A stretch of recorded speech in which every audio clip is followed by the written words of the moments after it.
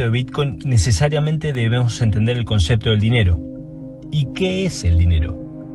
El dinero es una representación de valor y confianza dada por las personas a ciertos bienes. A lo largo de toda la historia humana, distintos bienes han asumido ese rol de confianza. Por ejemplo, la sal, de ahí la palabra salario, las conchas marinas, el ganado, la plata, el oro, para pasar a la historia moderna, donde tenemos a los billetes emitidos por los gobiernos centrales, respaldados por oro en un primer momento, hasta que en 1971 Richard Nixon, el entonces presidente de los Estados Unidos, dio por finalizado el patrón oro. Es decir, nuestros billetes emitidos por los gobiernos únicamente están respaldados por la confianza que le tenemos a esos gobiernos o a esas instituciones. ¿Sabías esto? Para mayor información, el 22% de los dólares que circulan en la economía fueron emitidos en el 2020.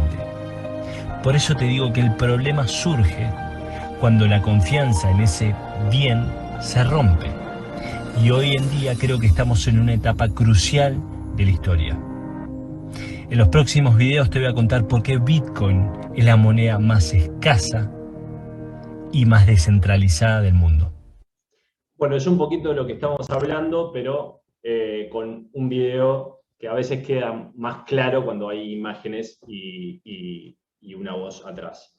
Pero básicamente eso, la humanidad fue utilizando el dinero, distintos bienes han asumido ese rol durante toda la historia. ¿Qué pasa?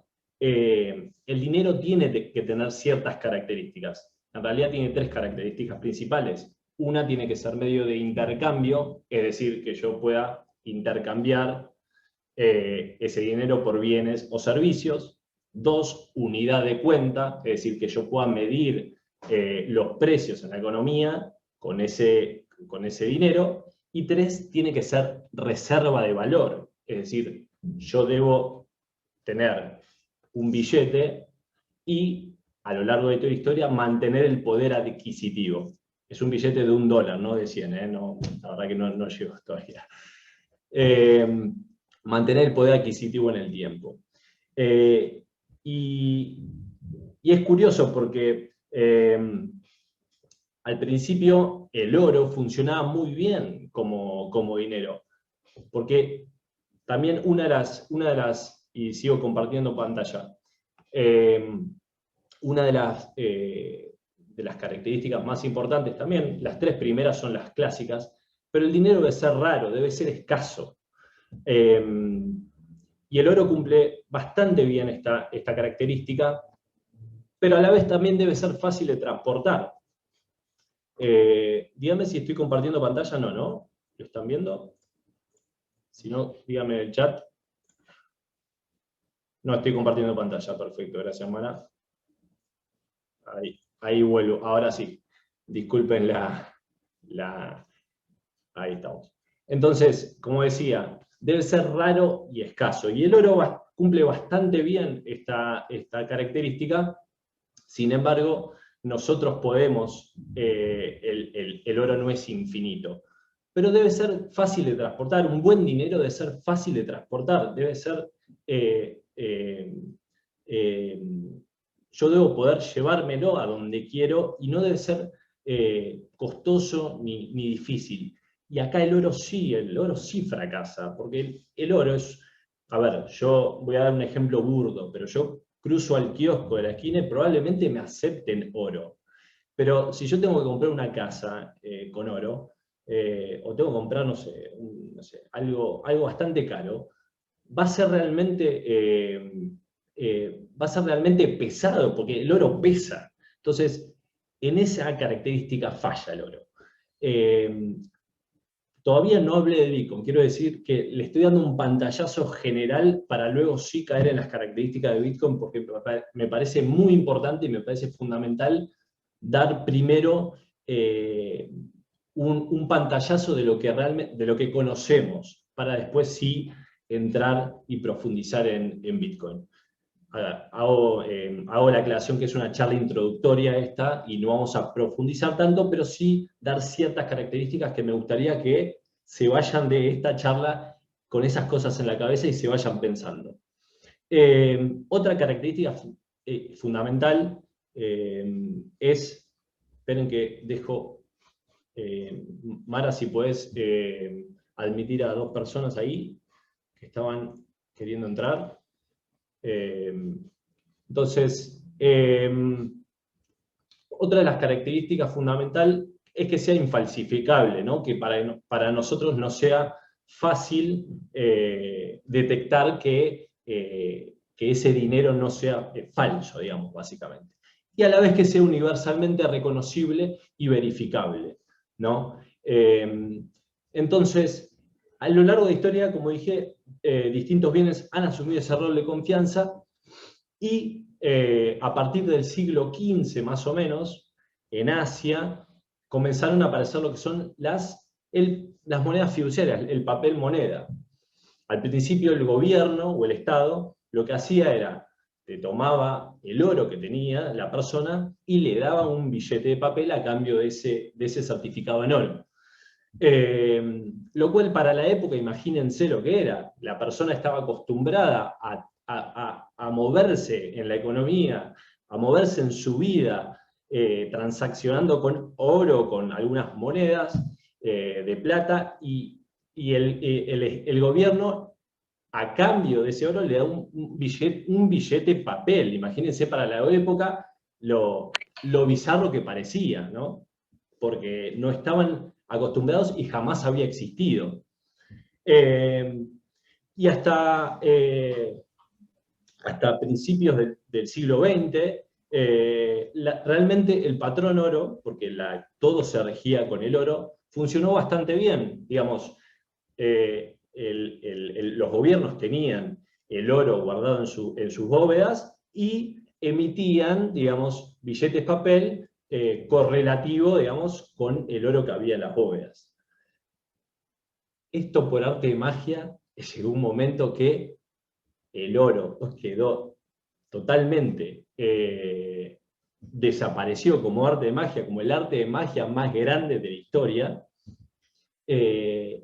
y los gobiernos empiezan a emitir billetes papel sin el respaldo de todo el oro que había en ese momento. ¿Cuál es el contexto? Las primeras guerras mundiales, la Primera Guerra Mundial en el principio del siglo XX, 1914 a 1918, los gobiernos necesitan producir maquinaria armamentística, necesitan imprimir, y la realidad es que dejan de funcionar con este patrón oro, es decir, con el oro guardado en las bóvedas y los billetes emitidos con respecto a ese patrón. Eso desaparece. Desaparece de manera no oficial, hasta que en 1971, Richard Nixon, el entonces presidente de los Estados Unidos, oficialmente dice, básicamente, se acaba el patrón oro, ahora nosotros emitimos el dinero y no va a estar respaldado sino solamente en la confianza que nos tienen a nosotros, y va a ser una promesa de pago. Es decir, este billete de papel, el único respaldo que tiene, muestro el dólar porque la verdad que el peso lamentablemente en nuestro país es bastante, podría mostrar el peso también, pero tenía un dólar pero bueno, básicamente el único respaldo que tiene esto es la confianza que le tenemos al gobierno de Estados Unidos, que esto va a valer, o que esto, yo cruzo a la esquina, voy al kiosco y a cambio de este billete de papel me van a dar leche, agua, comida. Ese es el único valor. Es como si estuviéramos en una, todos de acuerdo, digamos, que este billete, porque en realidad nosotros le damos valor al billete, esto es lo importante, nosotros le damos valor. Lo que pasa es que antes teníamos ciertas características que nos indicaban que estaba respaldado, bueno, había un respaldo en oro, digamos, pero ahora únicamente está respaldado por la confianza que tenemos. Y cuando dependemos de los gobiernos, estamos en un problema. el dinero se empieza a centralizar. Nosotros no tenemos ninguna injerencia, salvo los políticos que votamos, pero no tenemos ninguna injerencia en la impresión de billetes. Y ustedes me dicen, bueno, sí, nosotros estamos en Argentina, la verdad que la inflación es descomunal, pero Estados Unidos, dentro de todo, una inflación chiquita.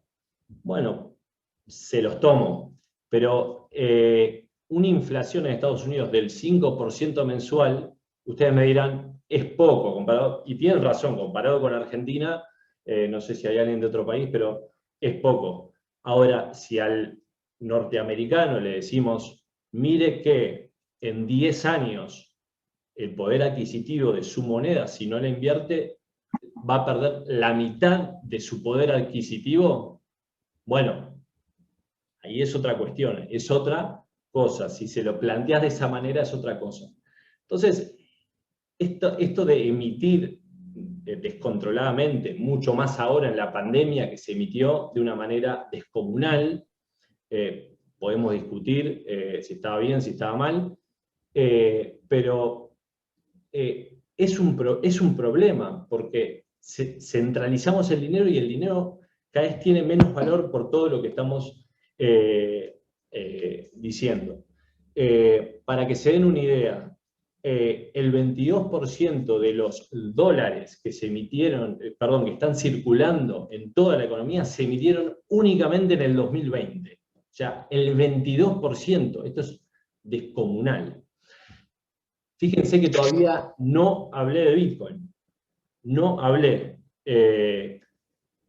Y una de las magias, empiezo a tocar un poquito a Bitcoin, una de las magias de Bitcoin es que hay únicamente 21 millones de Bitcoin por protocolo. O sea, el sistema únicamente admite 21 millones, no va a haber más. 21 millones, ese número, y basta. No se puede emitir más. Esto el protocolo está establecido. En el año 2140, en el mundo van a haber 21 millones. Nada más. Esperen que tomo un mate, cargo y sigo. Si tienen alguna pregunta mientras, la pueden hacer al chat, que ahora nos vamos a meter de lleno en lo que es Bitcoin y todas sus características en comparación con lo que estaba hablando. Bien.